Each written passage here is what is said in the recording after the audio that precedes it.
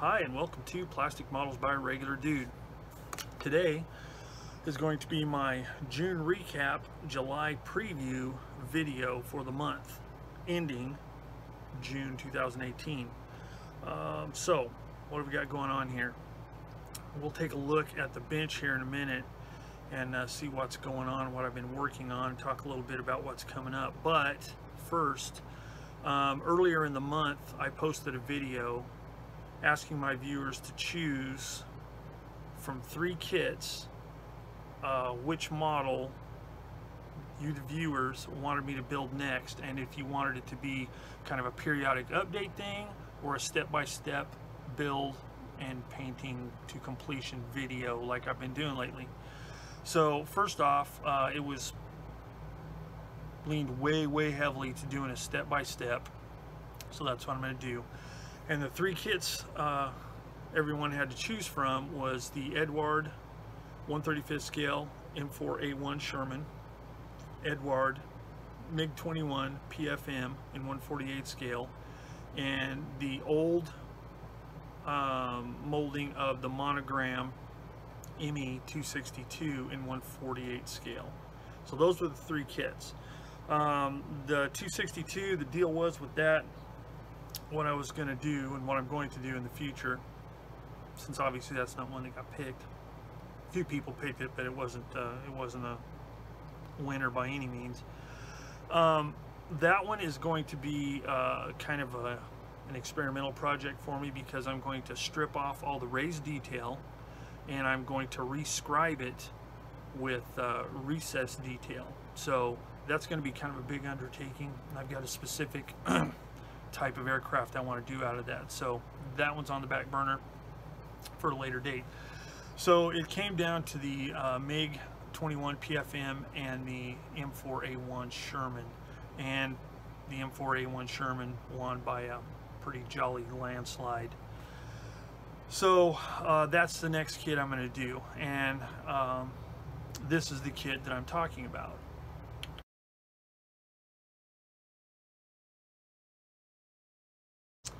So that's it. That's the one that's coming up next. The MiG-21, which is this kit,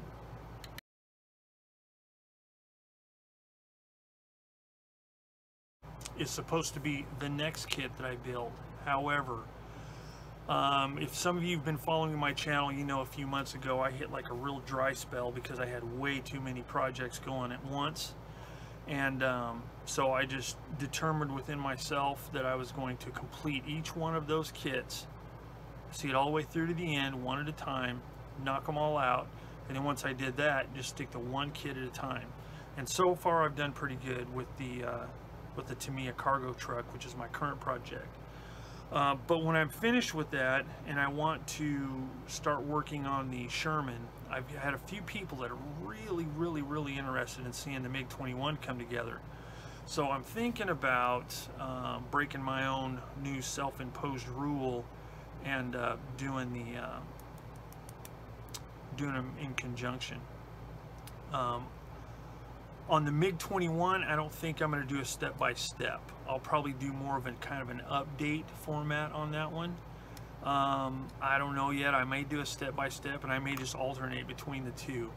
But because, you know, there's some people that, I'm not saying any names, H.G. Barnes, but there were some people that really want to see that built. Had a few of them. So in order to kind of try and, you know, work with everybody, I think I'll do them both at the same time. That's the plan. But if it starts becoming a drag, then the MiG-21 will be put on hold until I finish the M4A1. But there's lots of people that can do a few kits at the same time. Now, 2 kits I think would be the max I could do, and I really think it would have to be an armor kit and an aircraft kit in order to keep my interest, working 2 kits at the same time. So I'm really going to give it a shot and see how it works out, and if it does, then great. I may start doing that, you know, doing 2 kits at the same time but of differing genres, and see how that works. So that's the plan. So as soon as I get done with the Tamiya cargo truck, then I'll be jumping onto the M4A1 first, and then I'll come in with the MiG-21 and kind of build them side by side. So there'll be hopefully alternating videos. There might not. I may get a lot done on the M4A1 for a while, and then a bit on the 21, the MiG 21. But you know, we'll see how it goes. And you know, if it works out, I think it'll be fun, and it'll kind of give all my viewers something to look at.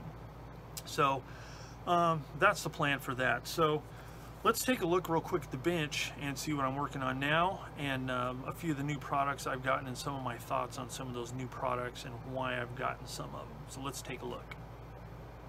All right, first thing you'll notice is some of you may have already noticed it, and some have actually complimented me on my choice of a new camera angle. And the reason I'm doing that is just to try something different. And because of the way I work, I'm right-handed, so a lot of my work ends up being kind of tilted this way. So I'm thinking it might be a little bit better just for visibility's sake, in seeing what I'm doing when I build stuff. And I'll try and really be conscious of keeping my hands out of the way and stuff like that. And we'll kind of see how this camera angle works. But so far it's been pretty good, and there's no chance of me bumping my head on it, on my camera as much as, you know, while I'm working. So enough of that. So the kit I'm working on right now is the Tamiya 2.5 ton 6x6 cargo truck. That was a gift from one of my friends back east, Ben Brandis. He very kindly sent it to me, and I've said it before, and I'll say it again though, because I really appreciate it. He had built it himself, and he really enjoyed it, and he thought I might enjoy one, because I've never built a cargo truck of any kind in all of the years I've been building models. So it was kind of crazy. So anyway, great kit, having a lot of fun with it. You know, I've been doing a build series on this as part of my plastic models for beginners, and I'm starting to work on the weathering now, and it's coming together good. Started painting the cargo stuff, which I talk about in a video as well.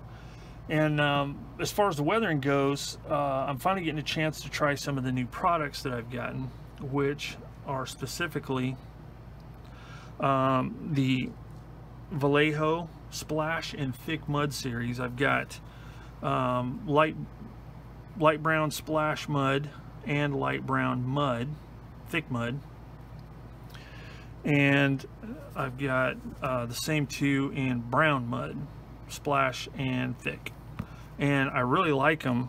The thing I like about the thick mud is what I used to do with pigments is I would make up really thick pigment mixture to make my mud, and it worked. But if I wasn't careful, you know, when I was dabbing the mud mixture on there, I could get like slides or swirls that just didn't look realistic, and that doesn't seem to be a problem with this thick mud product.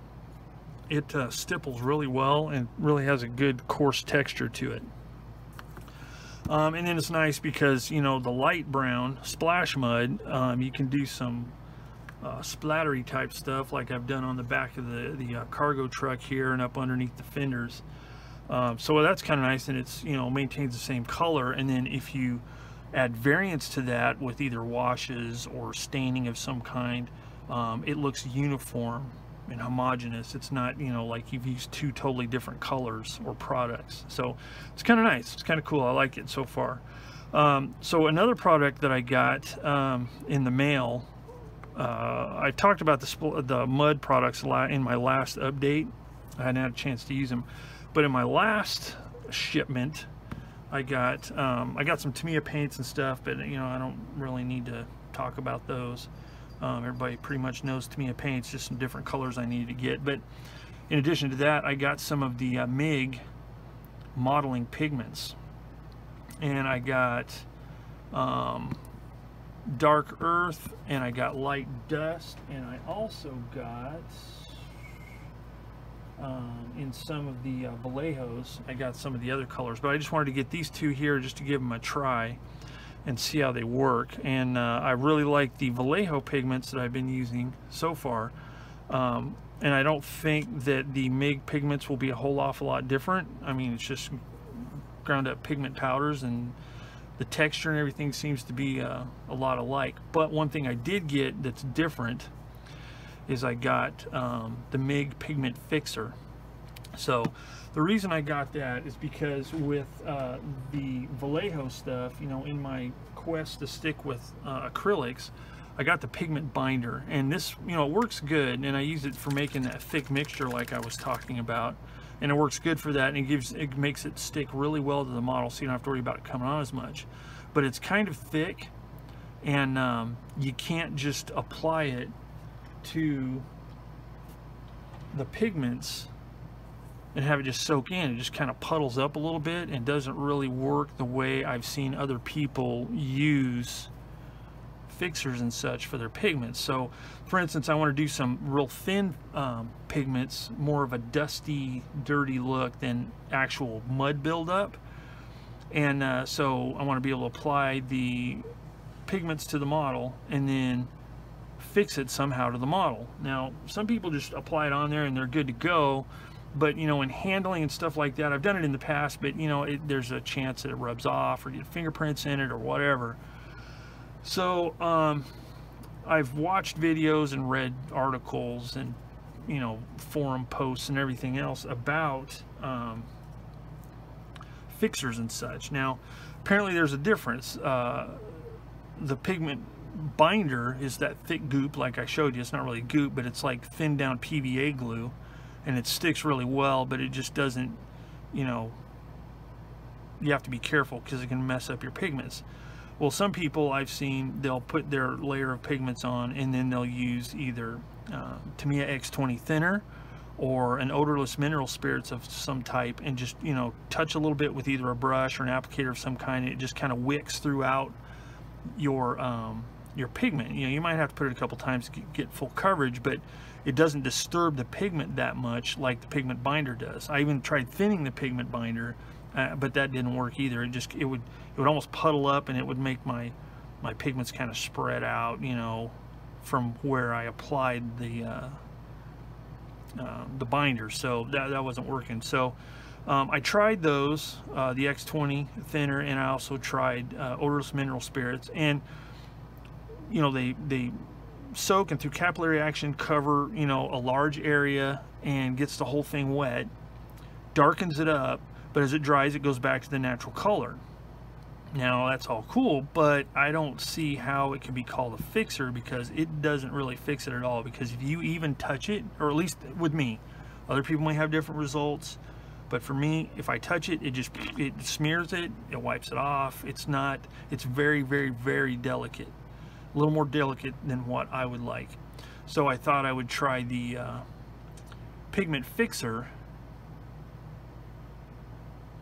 which is an enamel product, which is, it seems to be a little bit thicker than, say, mineral spirits or X20 thinner, but it's nowhere near the thickness of the Vallejo pigment binder.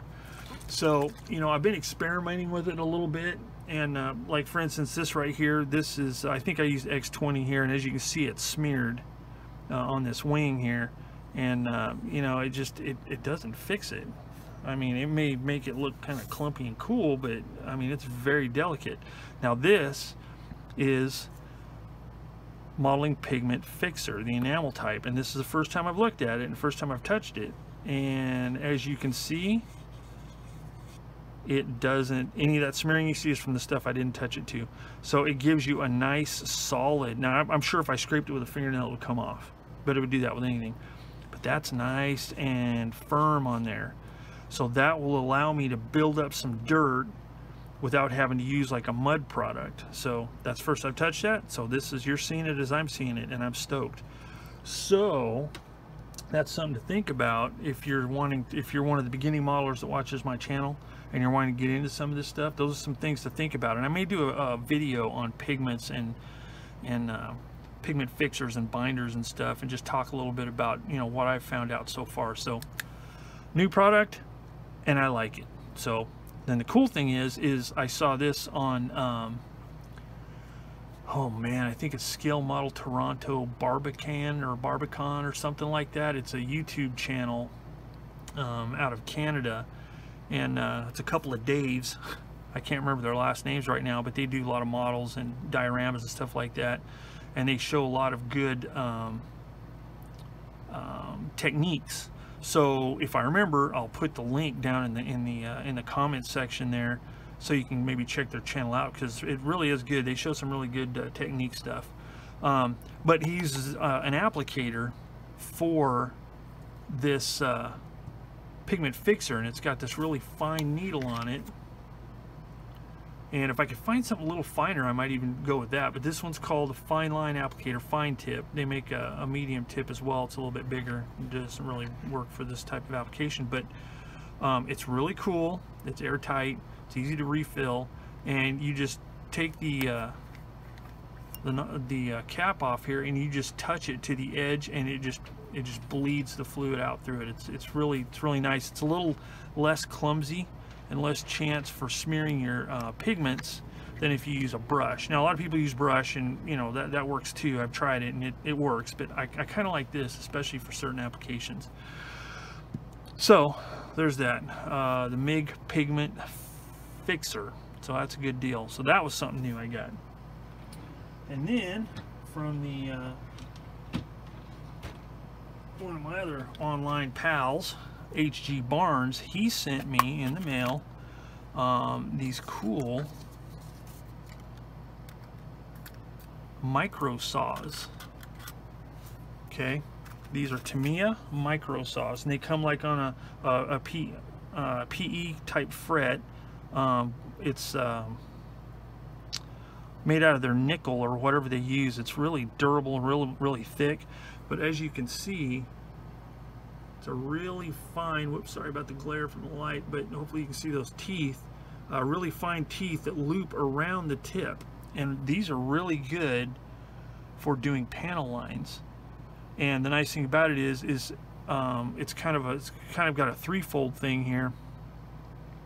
You know, it folds together like this, and then there's another flap that folds over like that, which gives you a three-way thickness here, and it fits in just a regular X-Acto handle, or you know, they even make a special handle for it, but just like that. And I've tried it out again. I've tried it out on my poor old mule here. Where did I do it? Yeah, right here. I just did it along some of this raised panel line detail here, and man, it works really good, and it'll be perfect for whenever I do the aforementioned ME262. It just really does a nice job. Now I've got all crazy and crooked on that one, but you know, I'm not really trying. If you had a straight edge, it'd do a really nice job. But yeah, it works really well. And there's two of them. There's this one that's curved, and then there's this one here that's flat. Okay, which would be good for, like, you know, say some, you know, outside curved detail, like going around like that. So anyway, that's really cool. HG Barnes sent me that. HG, if you're watching this, thanks again. These are going to really come in handy, and I really like them. I liked monkeying around with them the other day on that mule, and I can't wait to really try it for real. So I got that, and I think that's pretty much all of the stuff I got in the mail. I did get the Tamiya paints, as I mentioned, and you know, no new. Oh, I did get one model kit. I got on one of the Facebook groups I'm involved with, somebody posted that I'm pretty sure it was Sprue Brothers had these on sale for way cheap. It's the Asuka model 1/35 scale M4A376 late. The kit number is 35-043. It's also got a smaller 4800 underneath. I don't know if that's part of the number, but I've opened the box, but I haven't really dug through it too much. But these Asuka kits are just really nice. The one thing that's kind of funny, and I wish I could remember who it was that suggested it, but the one funny thing about these things, these are such nice kits, and you can get by with the kit headlight and tail light guards. They're really super finely molded, so you can get by with using the plastic ones without having to get brass ones. I'll probably go with brass just because I like them, but the one crazy thing is they still use a two-piece barrel, and that is just kind of weird. See, two different barrel types, and they're both two-piece barrels. And in this day and age of slide molding and all that kind of crazy stuff, it just seems kind of weird, but you know, whatever. So I ordered, or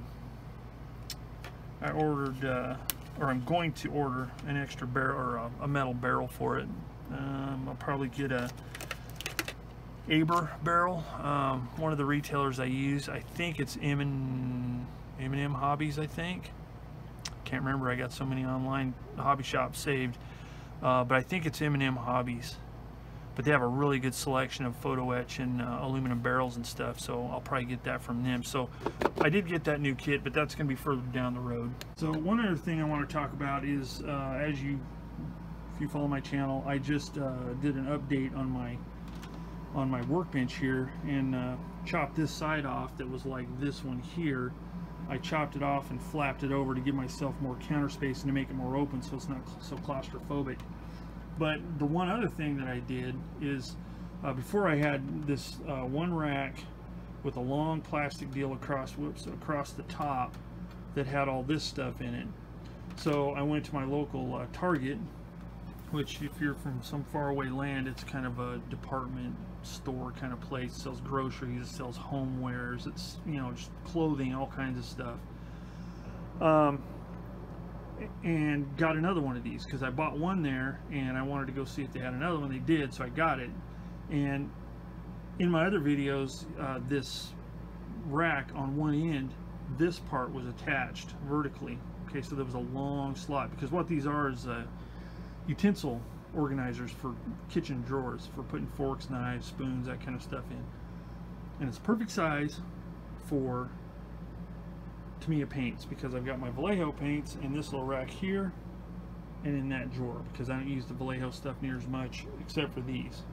So what I did is I got the old table saw and I sawed these two parts off, put them together, and it fits perfectly from the edge of this to the edge of my little tool holder here.